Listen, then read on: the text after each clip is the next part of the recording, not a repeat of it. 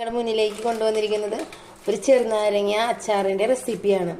നിങ്ങൾക്കിത് ഇഷ്ടപ്പെടുമെന്ന് എനിക്കറിയില്ല. ഞാൻ ജസ്റ്റ് ഉണ്ടാക്കിയിട്ട് വെച്ചിരിക്കുന്നതാണ്. മുൻപൊക്കെ ഞാൻ എന്തെങ്കിലും ഉണ്ടാക്കുകയാണെങ്കിൽ കാണിക്കാറുണ്ടായിരുന്നു. ഇപ്പം അതിനുള്ള ടൈമൊന്നും ഇല്ല. ജസ്റ്റ് ഞാൻ പറയാം ഇതെങ്ങനെയാണ് ഉണ്ടാക്കിയെന്ന്. ആദ്യം തന്നെ നമ്മൾ 1 കിലോ നാരങ്ങ വാങ്ങിച്ചിട്ട് നന്നായി കഴുകി ഒരു 4 കഷ്ണാക്കിയിട്ട് മുറിക്കുക. അത് കഴിഞ്ഞ് ഒരു ദിവസം ഇത് ഉപ്പും നല്ല കല്ലുപ്പ് വേണം കേട്ടോ, കല്ലുപ്പും കുറച്ച് മഞ്ഞൾപ്പൊടിയും കൂടി തിരുമ്മി വെക്കുക. പിറ്റേ ദിവസം കടുകും ഉലുവയും പൊട്ടിച്ചിട്ട് കുറച്ചെടുക്കുക.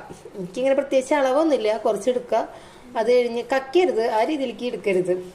നന്നായി വറുക്കുന്നു. അത് ചിലപ്പോൾ ഞാൻ പൊടിക്കാറുണ്ട്, ഈ പ്രശ്നം പൊടിച്ചിട്ടില്ല.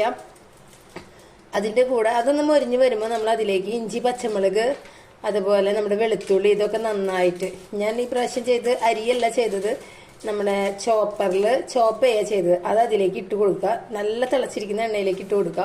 ഇട്ട് കഴിയുമ്പോൾ നന്നായിട്ട് ഒന്ന് ഫ്രൈ ആയിന്ന് നമുക്ക് കാണുമ്പോൾ ഒരു ചോപ്പ് കളർ വരുമല്ലോ. ആ സമയത്ത് അതിലേക്ക് കാശ്മീരി മുളക് പൊടിയാണ് ഈ പ്രാവശ്യം ചേർത്തിരിക്കുന്നത്. അത് ഇട്ട് കൊടുക്കുക.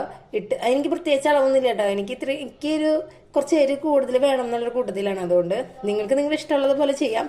കുറച്ചിടാം. അപ്പോൾ കുറച്ച് കളറും കൂടി കൂടുതൽ തോന്നും. നന്നായിട്ട് ഒരു മാക്സിമം ഒരു നല്ല ചുവപ്പിലേക്ക് മൊരിഞ്ഞിങ്ങനെ വരുന്നു കണ്ടു കഴിഞ്ഞാൽ അതിലേക്ക് കുറച്ച് ചൊറുക്ക ഒഴിച്ചു കൊടുക്കുക. ചൊറുക്ക ഒഴിച്ച് കഴിയുമ്പോൾ കുറച്ചും കൂടി നല്ലൊരു കളർ വരും, ഒരു നല്ല ഡാർക്കായിട്ട് തോന്നും.